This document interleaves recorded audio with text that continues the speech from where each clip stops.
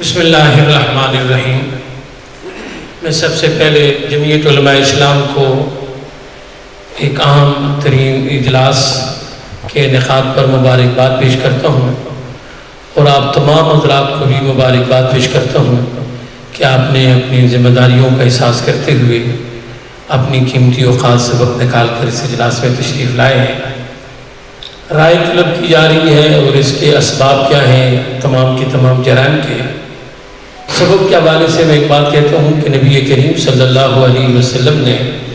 تمام جرائم اور جرائم کو مضبوط ہونے کے لیے ایک سبب بتایا ہے، اور پہلے امتوں کو اسی کو ہلاکت کا سبب بتایا ہے۔ قال رسول اللہ صلی اللہ علیہ وسلم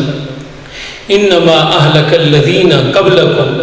آپ علیہ السلام نے فرمایا کہ تم سے پہلی قومیں بھی تباہ ہوئی ہیں۔ وجہ کیا تھی کہ انہم کانوا اذا سرق فیہم الشریف ترکوہ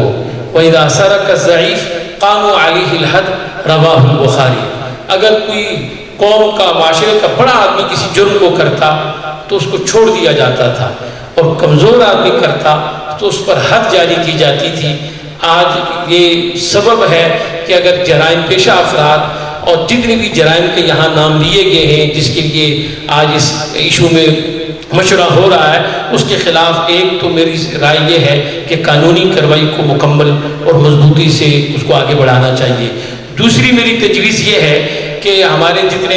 ادارے ہیں، سکول ہیں، کالج ہیں، یونیورسٹیاں ہیں، دیگر ہیں، وہاں آگاہی مہم چلنی چاہیے، اور باقاعدہ سرکاری سطح پر اس کا نوٹیفیکیشن جاری ہونا چاہیے۔ میں بحیثیت وفاق المدارس العربیہ کے اپنے تمام مدارس کی طرف سے، علماء کی طرف سے انشاءاللہ اس آگاہی مہم میں اپنے علماء دینے کے لیے تیار ہوں، تاکہ ہر سکول، کالج، یونیورسٹیوں میں ان برائیوں کے، جرائم کے خاتمے کے لیے ہمارے نوجوانوں کی ذہن سازی کی جائے اور آگاہی مہم کو زیادہ سے زیادہ کیا جائے۔ اور جیسے مولانا عبدالوحید صاحب نے کہا کہ جمعوں کے اندر بھی انشاءاللہ اس آگاہی مہم کو تیز سے تیز کیا جائے۔ تیسری میری اس کے لیے تجویز یہ ہے کہ جس طریقے سے آج الحمدللہ ایک بڑی سطح پر لوگ آئے ہیں، اگر ہر جماعت کے